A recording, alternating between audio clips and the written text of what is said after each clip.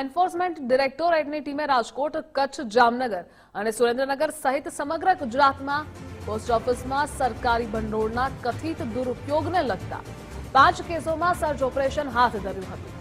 Prevention of money laundering એક્ટની જોગવાઈઓ હેઠળ રાજ્યમાં 19 સ્થળોએ સર્ચ કરવામાં આવ્યું।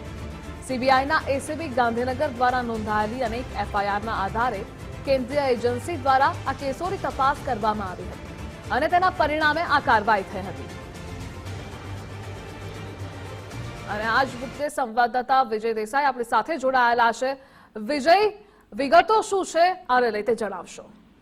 બિલકુલ ધ્રુવિશા, જે પ્રકારે રાજ્યની અંદર જે અલગ અલગ પોસ્ટ ઓફિસોની અંદર જે કૌભાંડ આચરવામાં આવ્યું હતું, જેની અંદર અનેક પ્રકારે નાણાકીય ઉચાપતો છે, જે 20 થી 30 કરોડ સુધીનો જેનો આંકડો થાય છે, એ અલગ અલગ જે કેસ છે તે સીબીઆઈ ગાંધીનગરની ઓફિસની જે એસીબી શાખા છે તેની અંદર નોંધાયેલા હતા।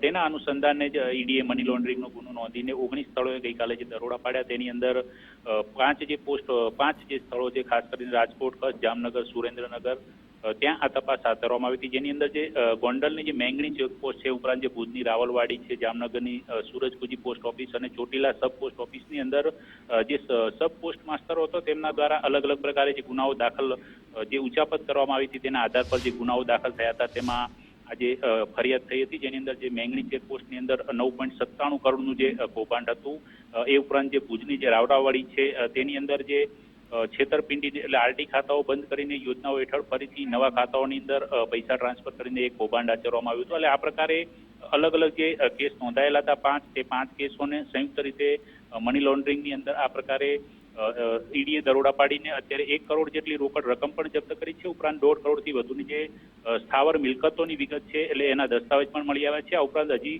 સર્ચ ઓપરેશનના આધાર પર વધુ વિગતો મેળવાઈ રહી છે। જી વિજય, જોડાવા બદલ આભાર આપનો।